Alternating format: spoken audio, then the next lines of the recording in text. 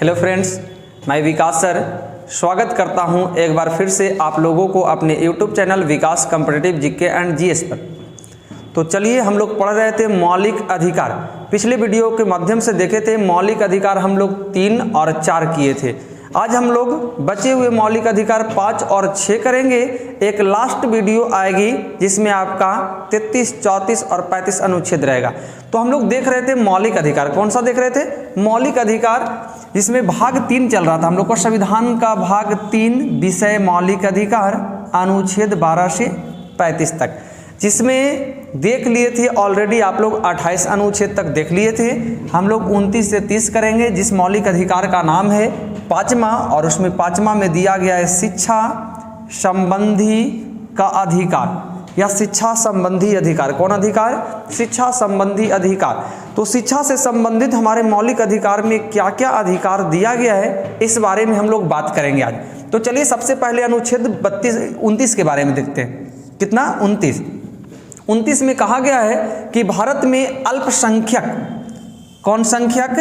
अल्पसंख्यक, यानी जो कम संख्या में भारत में है, जो अल्पसंख्यक मात्रा में होती है, बहुसंख्यक नहीं। बहुसंख्यक का मतलब होता है ढेर सारी मात्रा में, अल्पसंख्यक का मतलब कि हिंदू वर्ग का बहुत है, सिख जाति के कम है।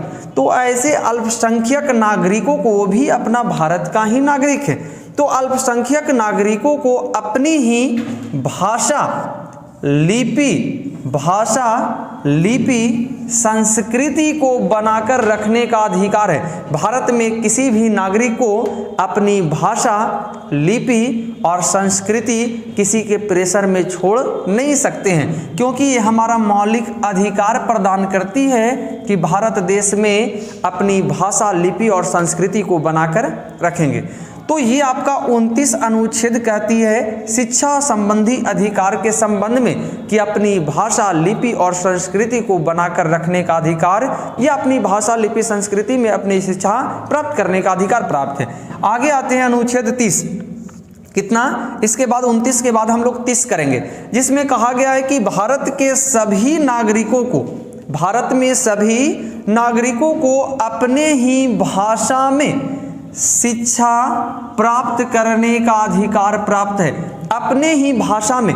मान लिया जाए कि आपके गांव में, आपके शहर में अल्पसंख्यक की मात्रा में आप बसे हुए हैं, छोटी सी संख्या में बसे हुए हैं, तो आपको यह अधिकार प्राप्त है कि अपने भाषा में शिक्षा ले। मान लिया प्राथमिक विद्यालय हिंदू का बहुसंख्यक के लिए दिया गया है, आपके छोटी संख्या के लिए वहाँ उर्दू विद्यालय नहीं है, तो आप अपने से ही उस संस्था का स्थापना करके अपने छोटे बच्चे, जिसमें दूसरा लाइन में कहती है, तथा अपने नाबालिग बच्चे जिसका उम्र 6 से 14 वर्ष निर्धारित किया जाता है, उस बच्चे को शिक्षा दिलाने का आपका अधिकार प्राप्त है। अपने ही भाषा में, अपने ही लिपि में शिक्षा प्राप्त करने का अधिकार प्राप्त है, या अपने नाबालिग बच्चे को, जिसको प्राथमिक शिक्षा मुफ्त में दी जाती है, वो शिक्षा आप मुफ्त में दिला सकते हैं, वो भी अपने ही भाषा में। ये मौलिक अधिकार 5वां के 30 अनुच्छेद कहती है, जिसमें 2 अनुच्छेद रखा गया, 29 और 30। 29 कहता है कि कोई भी व्यक्ति को अपनी भाषा, लिपि और संस्कृति को बनाकर भारत में रख सकता है, किसी के दबाव में नहीं छोड़ सकता है। और उसी को 30 में कहता है, डिनोट करती है कि भारत में सभी नागरिक अपनी ही भाषा को, अपने ही भाषा में शिक्षा प्राप्त कर सकता है, या तो अपने छोटे बच्चे को शिक्षा दिला सकता है। किसी के दबाव में ये नहीं कि आप हैं उर्दू के लेने वाले शिक्षा और ले रहे हैं आप हिंदी में, तो ये दबाव नहीं, आपका मौलिक अधिकार प्रदान करती है कि अपने ही भाषा में शिक्षा प्राप्त कर सकते हैं। चलिए, तो हम लोग पढ़ लिए 5वां मौलिक अधिकार, शिक्षा संबंधी का अधिकार। उसके बाद चलते हैं 6ठा, जो वर्तमान में लास्ट बच रहा है। 6ठा कहता है संवैधानिक उपचार का अधिकार। संवैधानिक उपचार का अधिकार, उपचार का मतलब होता है देख रेख करना, इलाज करना।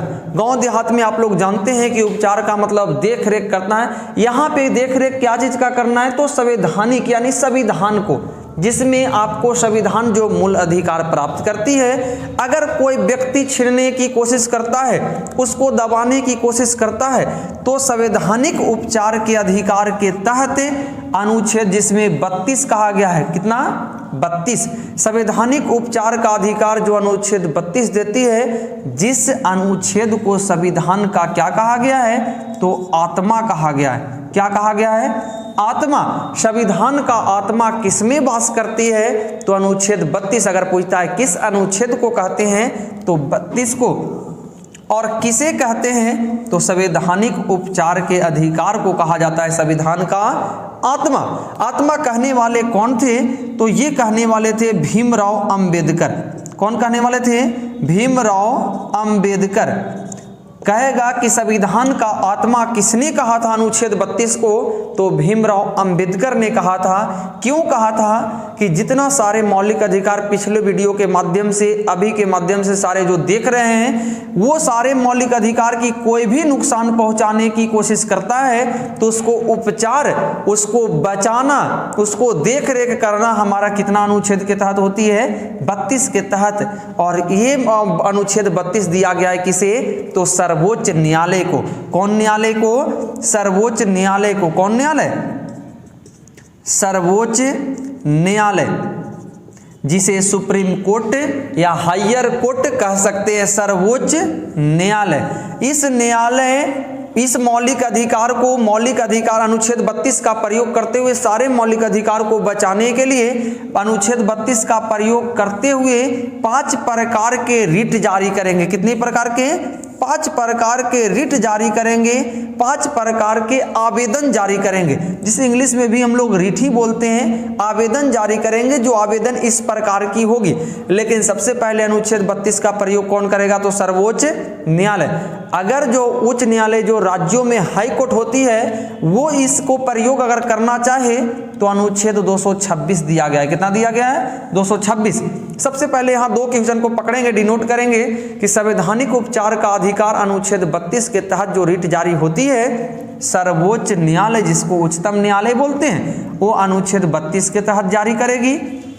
और राज्यों का उच्च न्यायालय जो जारी करेगी वो अनुच्छेद कितना के तहत? 226 के तहत। राज्य का उच्च न्यायालय 226 के तहत, और सर्वोच्च न्यायालय अनुच्छेद 32 के तहत मौलिक अधिकार को बचाने के लिए कई प्रकार के रिट, तो आपकी आंसर 5 प्रकार की। 5 प्रकार का रिट हम लोग देखेंगे कि कौन कौन रिट होती है। सबसे पहला होता है बंदी प्रत्यक्षीकरण, जिसको हम लोग इंग्लिश में बोलते हैं हैबस कॉर्पस। क्या बोलते हैं? हैबस कॉर्पस बोलते हैं, बंदी प्रत्यक्षीकरण। दूसरा जो होती है रिट, जिसका नाम होता है परमादेश, जिसको इंग्लिश में हम लोग मैंडमस बोलते हैं। क्या बोलते हैं? मैंडमस। इंग्लिश हिंदी में दोनों नाम पूछती है। तीसरा का नाम होता है प्रतिषेध लेख। क्या नाम होती है?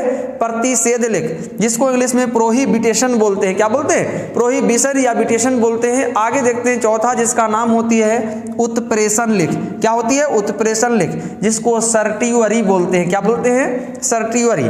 5वां में होता है अधिकार परीक्षा लेख, जिसको क्यू ब्रांटो या क्यूआ ब्रांटो के नाम से जाना जाता है। कौन ब्रांटो के नाम से? क्यू ब्रांटो।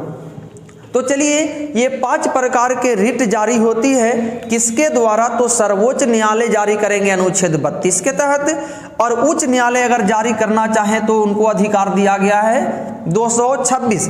ये 5 प्रकार का रिट जो जारी होती है, हमारा मौलिक अधिकार जो दिया गया है, इस मौलिक अधिकार को रक्षा करने के लिए, बचाने के लिए, उपचार करने के लिए जारी होती है, जिसमें सर्वोच्च न्यायालय 32 के तहत और उच्च न्यायालय 226 के तहत। कितना के तहत? तो इस रिट के माध्यम से हम लोग को क्या क्या किसके प्रति जारी होती है, ये हम लोग अगले वीडियो के माध्यम से जो पार्ट 5 आएगा उसमें देखेंगे, और अंत करते हुए मौलिक अधिकार को उसी में समाप्त करेंगे, जिसमें अनुच्छेद 33, 34 और 35 को पढ़ेंगे, और साथ साथ ये 5 प्रकार के रिट को हम लोग फाइनल डिसीजन करेंगे, फाइनल क्लियर करेंगे उसमें कि कौन सा रिट कब जारी होती है और किसके प्रति जारी होती है। तो इसी के साथ आज इस वीडियो को समाप्त किया जाता है। धन्यवाद।